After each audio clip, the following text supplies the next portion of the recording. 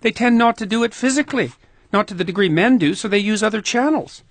And what other channels are there other than physical aggression if you're going to be aggressive? Well, you go after people verbally. You go after them with innuendo and gossip and reputation destruction. And that's how it works. And just to be clear, that you think that's predominantly a female modus operandi?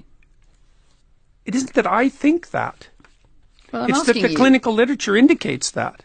It isn't that I think it. Well, I'm not interviewing the clinical literature. I'm interviewing you. What do you think? Well, I'm a psychologist and a scientist, and I tend to base my opinions on what I've read in the broad, relevant clinical literature. I'm not making this stuff up. I studied antisocial behavior for like 15 years. I'm actually quite an expert on it. And so we know that men are more likely to look at it this way. All right.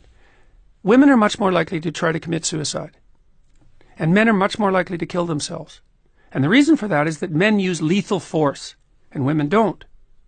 Now that's a big difference. Okay, so then you say, well, women manifest aggression towards themselves and to others, but they don't use lethal force. They don't use physical force the same way men do. So they have to do it some other way. Why do they have to do something some other way? You can take your Hobbesian war against, so you're basically a Hobbesian. Like war of all against all. Half and half. Half Hobbes, half Rousseau. That's why I'm not an ideologue.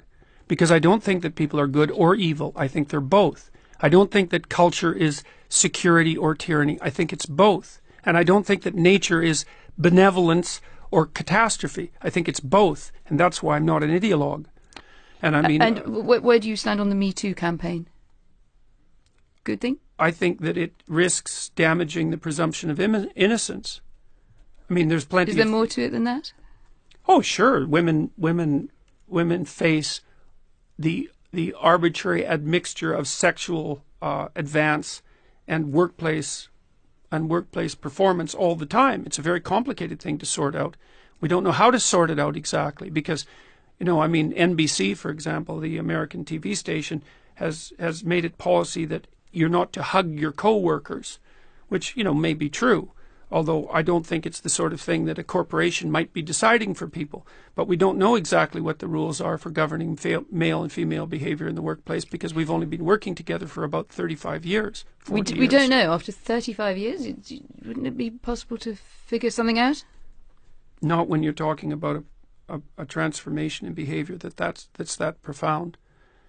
I mean, we don't know how men and women can work properly together in the workforce. It's very complicated. But men don't know how to compete with women. Millions of men and women across the world go to work together day in, day out. But you were the one who asked about Me Too. You're the one who. Don't start with you're the one who. Me Too is an expression of the fact that men and women are having a hard time regulating their behavior in the workplace. It's the only reason I responded to that. Because the question was posed. I think it's more broadly suggesting that some men are having a grave problem with it. What is the lesson of the Harvey Weinstein story for you?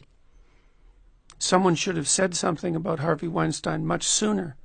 But we could start somewhere else. We could start with Harvey Weinstein was wrong to do what he did before we get other people should have spoken out. That's a secondary order issue. Fair enough. I thought that went without saying. There are going to be psychopathic predators.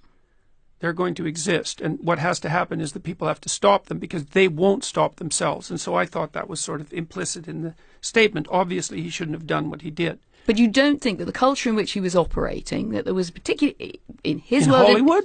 In his world and in many other worlds, that there was a culture of, this guy's a powerful guy, he's the great silverback gorilla here, let him get on with it.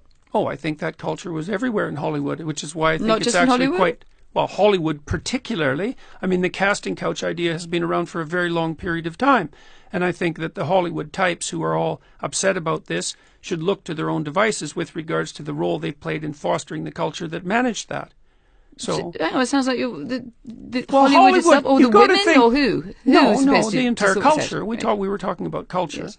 So, I mean, it's certainly that the Hollywood... What's the sensible thing for women to do about Me Too, to your mind, and what's the less sensible thing? That's a hard question. It isn't obvious to me exactly what men and women have to do in the workplace to make that kind of sexual predation much less likely, with also subjecting themselves to restrictions on the sexual aspect of their existence that would be unbearable. It's very difficult. What would be unbearable about that? How about everybody wears the same uniform to work? That's what the Maoists... Well, look, if you want to eliminate the differences between men and women sexually at the workplace, you have to constrain the sexual differences. I mean, men wear suits to work. Well, we don't have to eliminate the sexual differences for people to work together with respect. You have to eliminate them to some degree. Why? I'm genuinely because you're trying puzzled.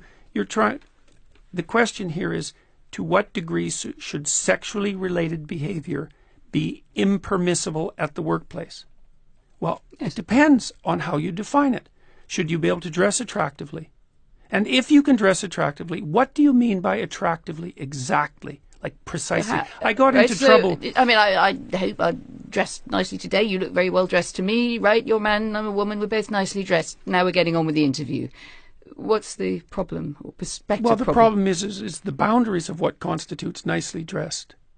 Because because part of what constitutes attractiveness, part of what constitutes nicely dressed is sexual attractiveness. Because you can't separate out human attractiveness, sexual attractiveness, from human attractiveness.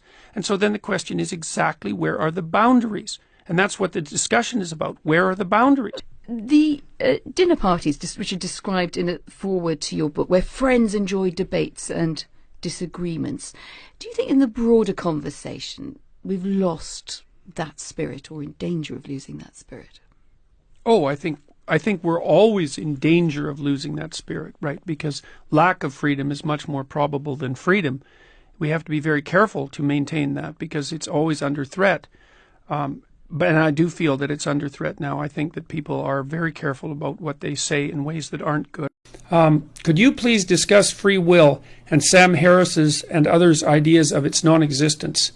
Well, that's a good, complicated question to kick things off. So I want to tell you a little bit about how to conceptualize free will, I think, first, because it's obvious that we don't have infinite free will. Our choices are constrained in all sorts of ways. And I think part of the reason that there's a continual discussion about free will in the philosophical literature is because just conceptualizing the issue properly is extraordinarily difficult. So I like to think about it, at least in part, the way that you think about a game. You know, if you're playing a game, obviously the game has rules. So if it's a chess game or a basketball game, then there are things that you can do and things that you can't do. And so it's a closed world in some sense.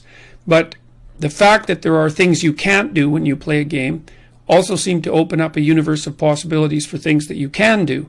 So chess obviously constrains you to a board and to a certain number of men and to a certain pattern of rules.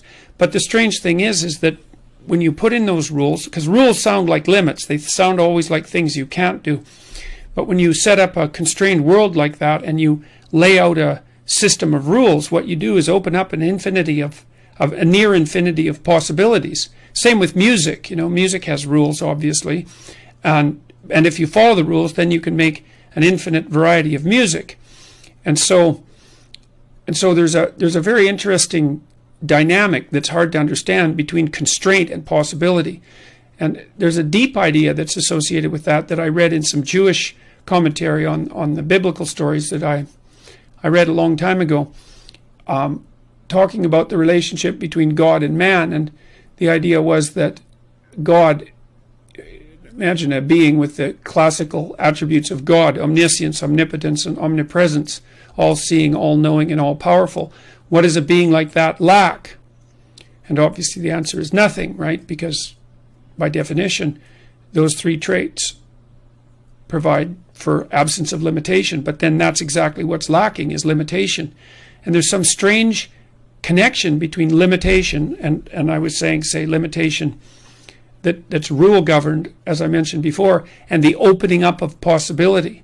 So it isn't necessarily the case that now determinism and limitation aren't exactly the same thing, but they're analogous and they need to be discussed together.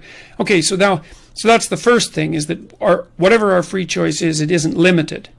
It's limited. It's deeply limited. Now, here's another thing. If I take my arm and I go like this, you see, I'll do that again.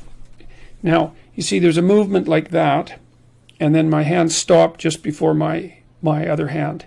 Now, it takes a certain amount of time for the neural messages to go from my brain to my arm and back.